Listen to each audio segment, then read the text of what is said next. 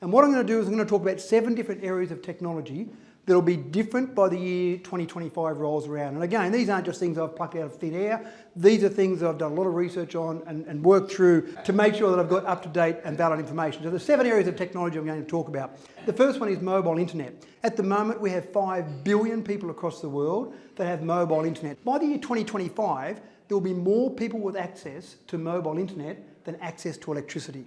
They'll use about 500 exabytes of data. An exabyte is 10 to the power of 18 bytes of data. 75% of that data will be used on watching videos. So the estimation is that by 2025, we'll be able to increase farm production on average by 20% using devices. About 80% of Fortune 500 companies now are using cloud computing for mission critical applications.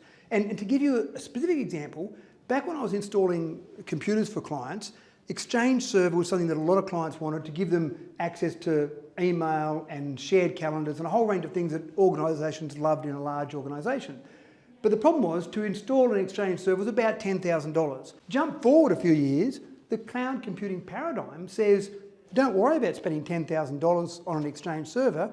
For $10 per user, you can have the same functionality, but someone out there in the cloud has said, well, I'll install a whole bunch of these servers worth $10,000 and I'll make my money out of each individual user paying their $10 per month to use that. So for the company that's got 3 employees, they might say, well, $30 a month, that's a long time to pay off $10,000, so I think I'll go that way.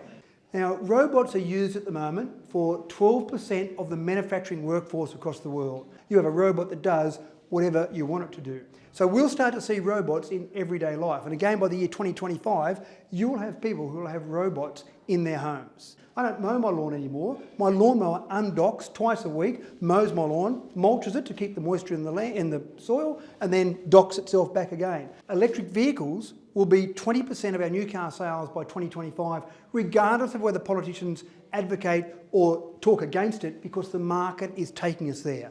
It's very freaky looking at someone in the driver's seat with their arms folded with their back to the road. But that's where we'll get to, and we'll see a huge increase. We'll see 20% of our power being produced by renewables.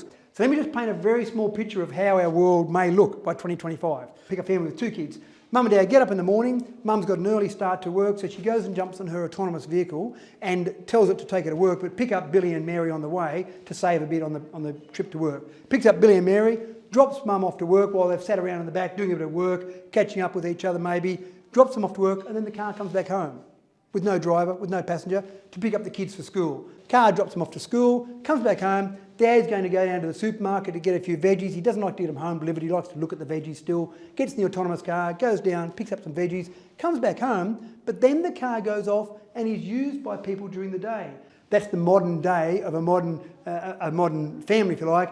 Most importantly, from my perspective, is that when the husband comes in with his veggies, he just gives them to the robot to cook dinner for them. So he can claim credit for that at the end of the day when his wife comes home. So that's my picture of 2025. Happy to take any comments, questions on that.